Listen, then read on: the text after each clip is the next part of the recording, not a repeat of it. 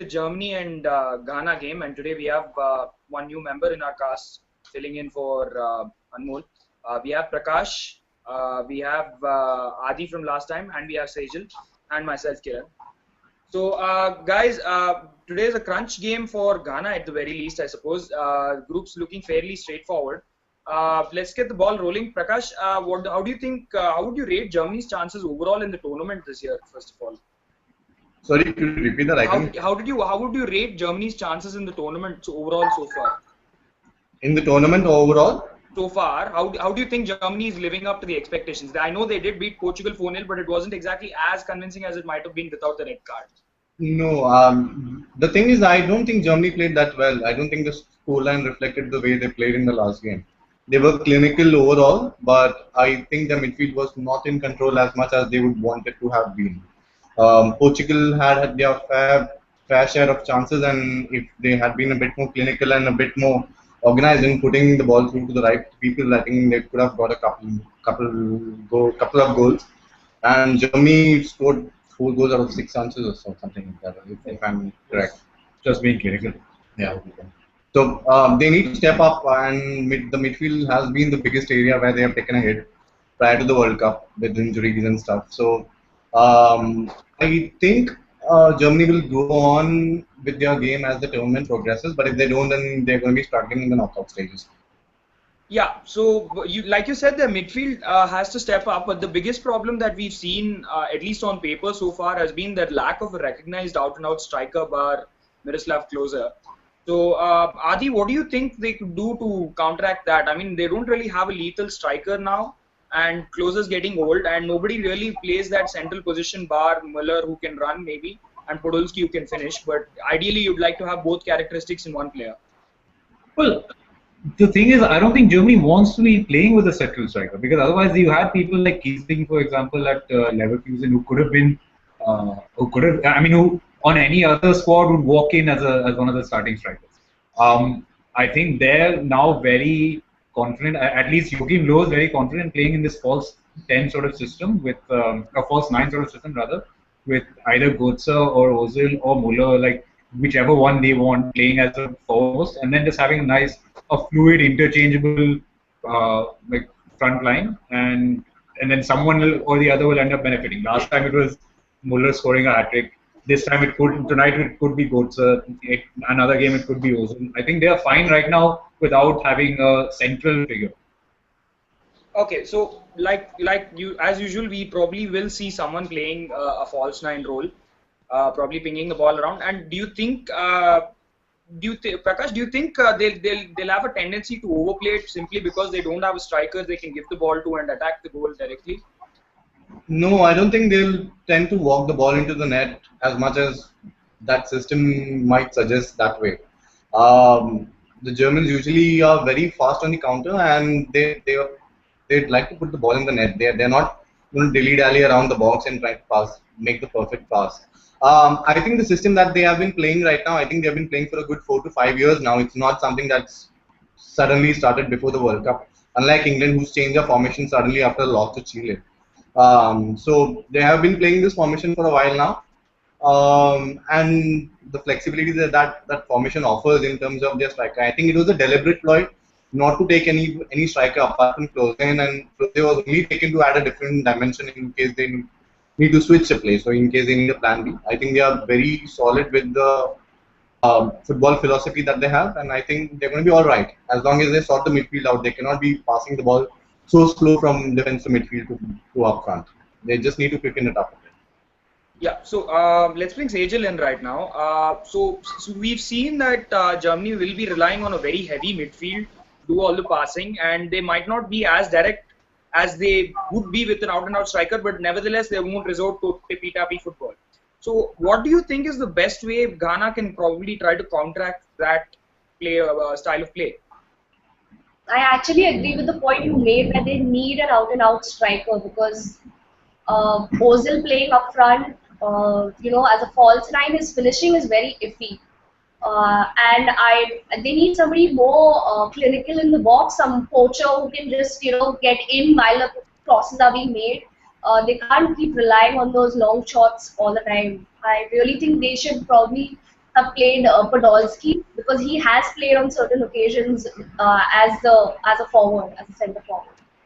Yeah, so how do you think Ghana could probably counteract that? I mean, usually, I mean, the general stereotype goes that what the African teams usually lack for in technique, they make up for with pace, power, and tenacity.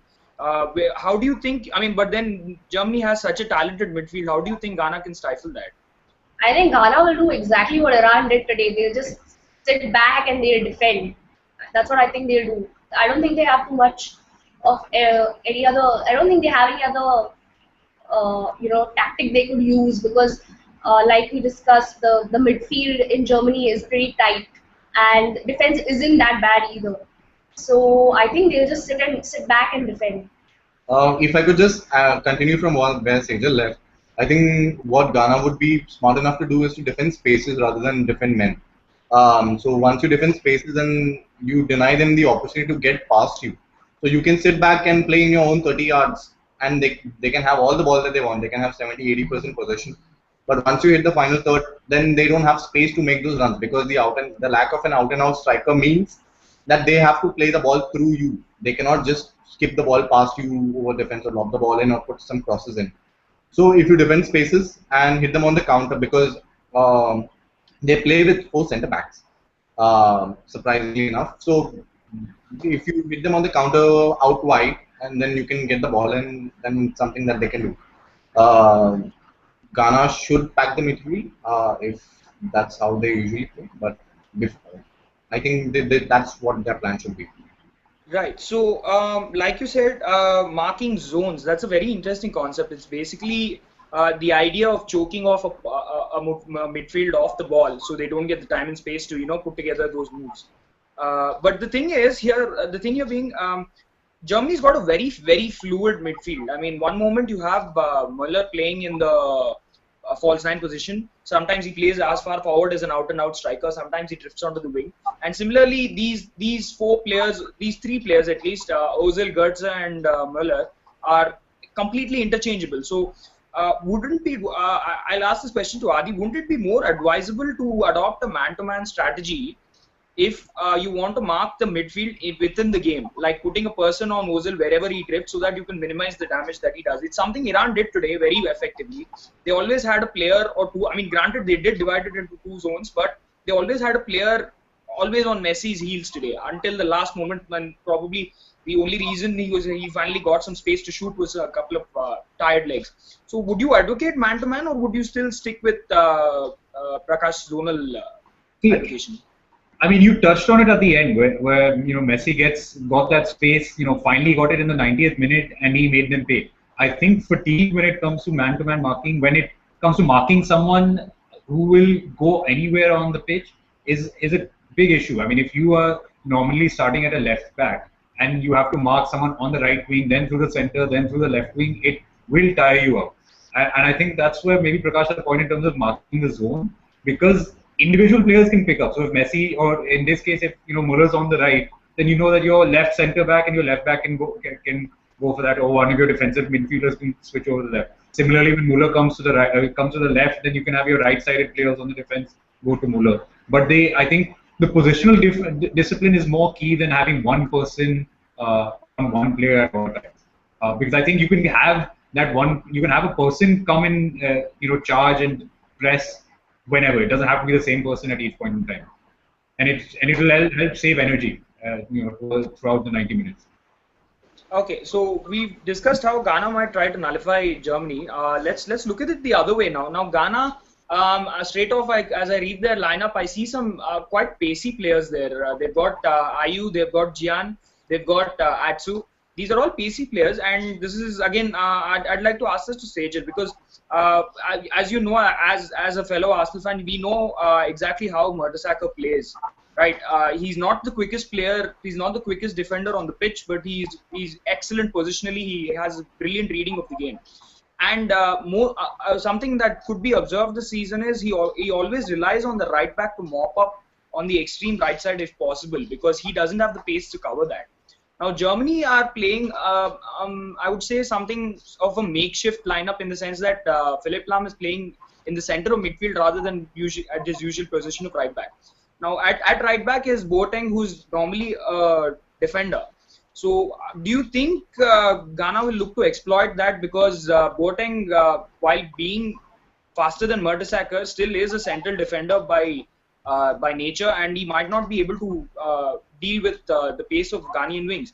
I mean, and added to that, it will be Mertesacker next to him in the center of defense. So do you think that right hand side has a potential weak spot? Could be, I guess. I don't know. Your question was so long, I forgot the first part of it. No, Mertesacker is slow. Mertesacker is slow. Boateng is a centre back playing at right back. So See, in the Premier League, it's as quick as it can get, and we've seen Mertesacker sometimes. I mean, with Arsenal, who always play with such a high defensive line, his interceptions happen like almost near the half line. He reads the game brilliantly, and he needs somebody with pace partnering him. So as long as he has that, I don't think it should be too much of a trouble for him. okay. Prakash, let's get to the Ghanaian midfield. Like you said, they look to crowd them out. What do you think is the best approach to stifling a midfield like Germany's? For example, do you think they would go physical, or do you think they would just deny time and space, or do you think they'd play a more like they'd adopt a more Stoke City like approach, keeping the ball off the ground as often as possible, narrowing down the style of play so that people like Ozil and Kroos don't really get too much of the ball? I think we can agree. I think we can see Schweinsteiger is still not available for the game, so that's a big player missing in midfield. You need someone who can keep calm like him, and Lam isn't the most physical of players. So, what kind of approach do you think the Ghanaians are most likely to go for? I think the approach would be to frustrate them on the ball. So let them have the ball, but let them not pass it forward. So as long as they have the ball and are passing it sideways, they are not doing any damage. So if you crowd the middle, they'll have to go sideways. Although they have players on the wings, but then if you have strength in numbers, you can always defend your spaces well. And Adi mentioned it previously as well. So because you have going to have these guys moving around the pitch so much, you cannot keep running around the pitch and trying to mark each one of them. So as long as this guy is in my zone, I know I'm going to mark him. They can get physical, but I don't know if it's going to be of any help against Germany. They are not one of the teams who will be intimidated by physical contact. But I don't think it harms the game if you have a few feisty challenges at any point, as long as they are not leg breaking and within the limits. However, they would be wise not to be too physical and lose shape in trying to do that. If you maintain your shape and are right in the phase and being a bit physical, it's fine. I think Ghana, they have is Asamoah Gyan starting today? Yeah, Gyan starting. Yeah, so, Gyan is starting. So the strategy is simple. Their midfield is essentially going to be defending. You could just lob the ball up in front and hope one of the guys in midfield makes a run to pick the ball up Gyan and hit them on the counter. So their midfield is going to be a very traditional Italian defense, if you could say that. The midfield rather.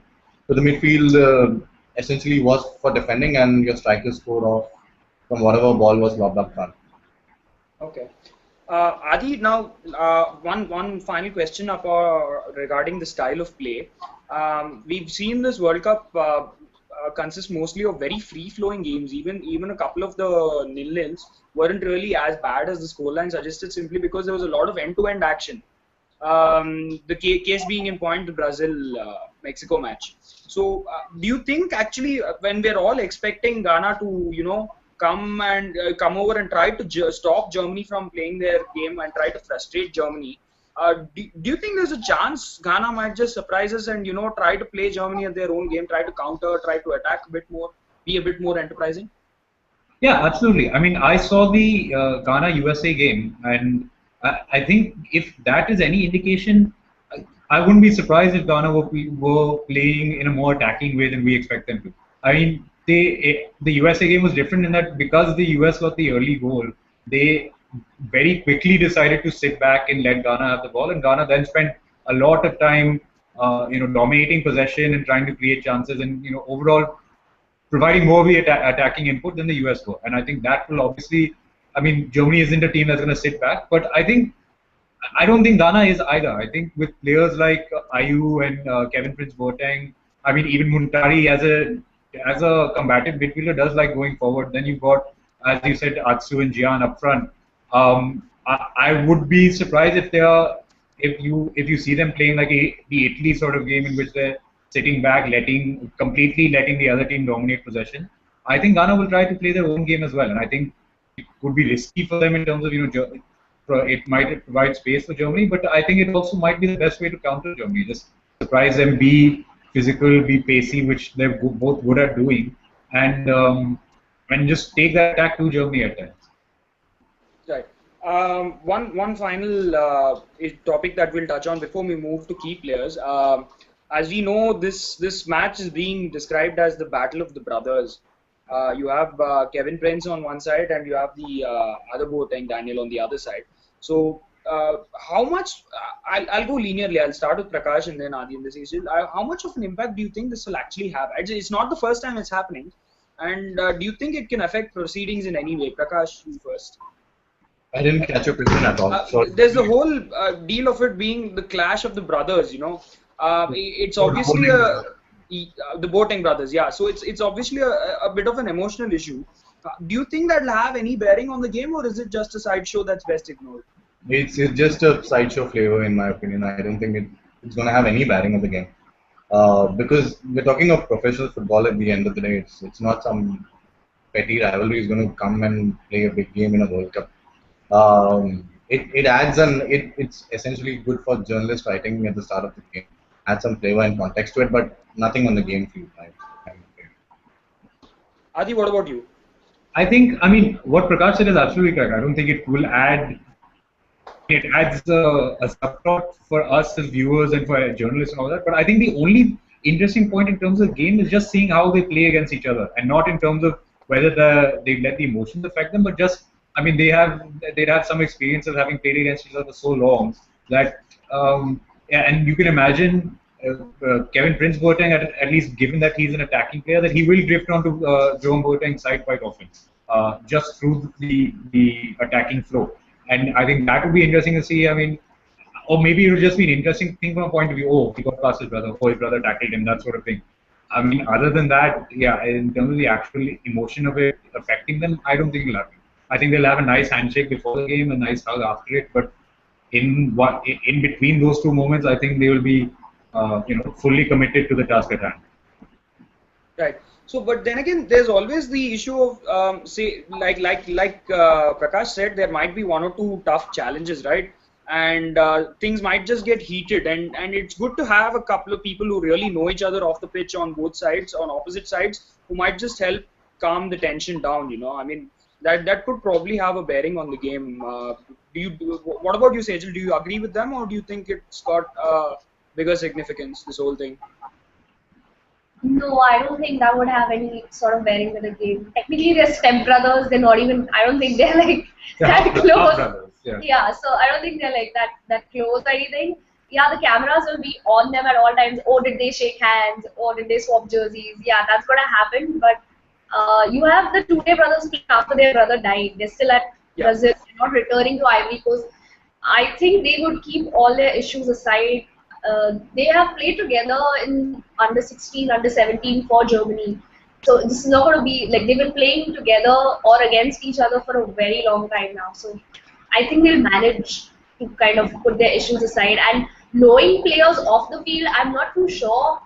The only incident that comes to my mind is the whole Rooney-Ronaldo incident. I mean, they knew each other, they played for the same club, and we saw how that ended up with Rooney's red card. So I don't think that has any bearing, Yeah, we can see the two United fans squirm in dismay there. Moving on, let's see. Guys, I'd like to know who you think the key players will be for both sides today. Let's start with Adi on this one. Who do you think will be the stars for Germany and Ghana? See, for Germany, as many star attackers as they have, I think it's hard to look past Muller simply because he is the one who makes that final sort of telling run that your traditional strikers were. Whereas I mean, Götze and Ozil are great in space, and they do offer themselves to the midfield in terms of finding the right space. I think Muller just is a little bit more threatening to the defense. He runs a more direct, more towards goal, more towards having a goal scoring opportunity directly created by passing the ball away. And I mean, apart from that, not just a hat trick, but the fact he's in 7 World Cup games, he's scored 8 goals. I think with a record like that, it's hard to identify anyone else as a bigger threat than what Muller would be. And I think the Ghanaian defense would have their hands full with him, and as well as everyone else, but mostly with him. With Ghana, I think I would put Kevin Prince Boateng up there because while they have people like Andre Ayew and Asmo Gyan, I think Boateng just offers something different. He's a bit more inventive. While still having the same sort of direct, pacey sort of attack, he has a little bit more creation about him. And he didn't start the game against the USA, and I think he will also have a point to prove in this game that he is one of the best players for Ghana, and he should be playing as often as he can. Okay.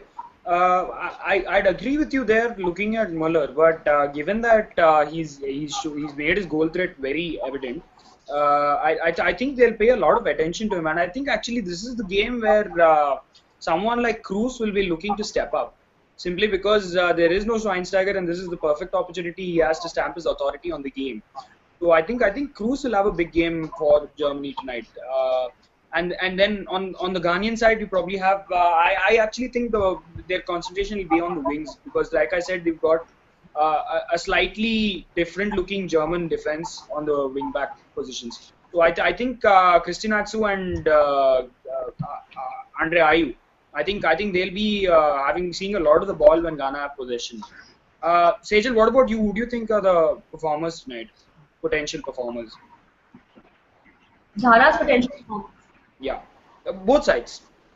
Oh, both sides. Like he said, Muller, obviously, can't ignore him, can't leave him alone for even a second, can't give him an inch of space extra. But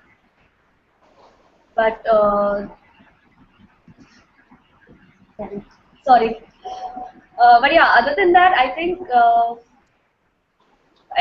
Ozil and Götze need to pull their socks to be a little more or even half as threatening as Muller, because I mean they lacked everything when it came to finishing. Their finishing was very poor, and yeah, like you said, there's no Schweinsteiger, so you might not have that Schweinsteiger-esque commanding presence in the midfield. So you need these two to kind of do that for them.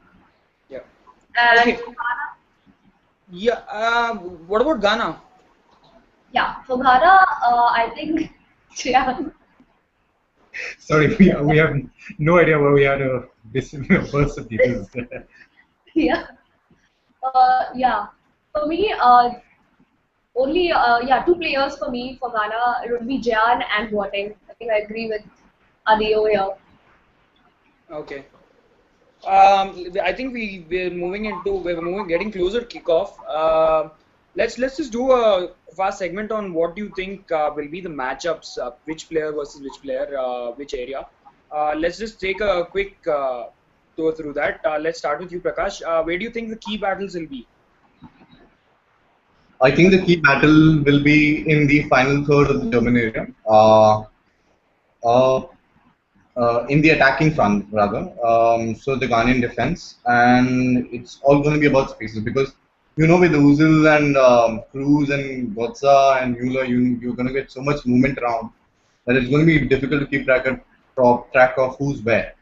So eventually, I think that's where the problem should be solved by Ghana. Okay.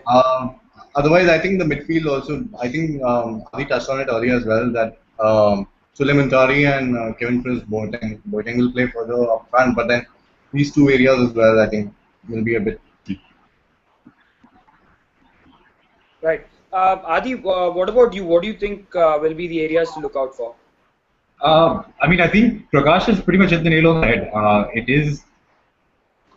is essentially Germany's attack versus, or rather, not even versus, but just how good a job Ghana's defense can do of keeping track of Germany's attacking players and keeping them out. Because that is going to be a challenge for any defense in the world, and tonight that is Ghana's task. Obviously, the other big battle is the midfield. You've got people like Cruz and Lam against Muntari and Mensah, and that. I mean, you'd expect Germany to win that battle, and similarly, you'd expect if Ghana to take anything away from this game, they'd have to win that battle. So for them, they're going to be up against it again. Whether they can keep that outlet into Ozil and Muller and Götze a bit quiet. Okay, we're getting really close to kickoff, so let's just make quick predictions and wrap it up.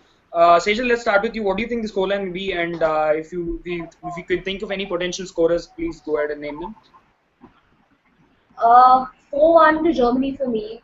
The one just in case, like you said, Mertesacker slows down or something. But yeah, I think Muller should be able to score at least a couple of goals today. But I have a feeling that after the first game that he's had last week, a lot of people will be marking him, and I think other players in the German team should be able to take advantage of that situation. And I'm pretty sure they'll keep some players unmarked, or since they'll have one person extra on Muller. So for me, it should be Götze and Muller.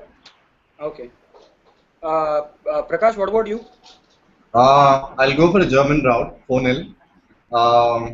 I usually don't see Mueller as a goal-scoring threat, but then in the World Cups he usually delivers. So I'm assuming he'll get at least a goal, if not maybe more. Götze should get a goal or maybe a couple. I don't think Ozil will score.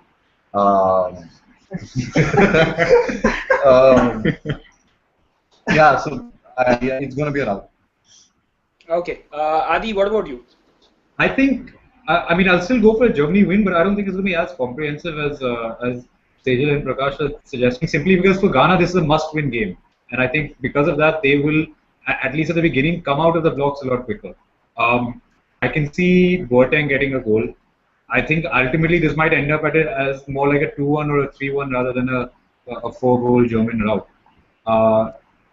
Yeah, I'd put Boateng scoring the Ghana goal, and I think Muller will definitely get at least one, and I wouldn't be surprised if Götze also goes. So I'll say 2 goals or 3 goals, all of the German goals being shared between Götze and Muller. Okay, and as for myself, since Ghana lost, albeit narrowly against the US last time, this is very much a crunch game, because you can't really, if you have even the slightest advantage over a team like Portugal, you will be looking to take it. So I think they'll make for a very tough game, and I actually think this will be a little tighter than people might think. I will go for a German win, but I'd say 2-1 with a late winner. I'd go for Muller to score one, and I wouldn't exactly expect it, but I wouldn't be surprised if Cruz chips in with a free kick. I think that about wraps it up. It's kickoff time. Thank to any potential viewers watching right now. Thanks for watching what was undoubtedly a very hurriedly put together latest episode of the Through Ball podcast. Right, and thanks to Adi, Prakash, and Sejal for tuning in. Siddhi for holding up behind stage. Although you can't see him on camera, thanks to Siddhi for his. Yeah, exactly. Thanks to Siddhi for holding things up behind the camera. We'll see you next time for another big match. Thanks for tuning in. Thanks for hosting. Thank you. Thanks. When should I end it with an Alam shake? I think that came in.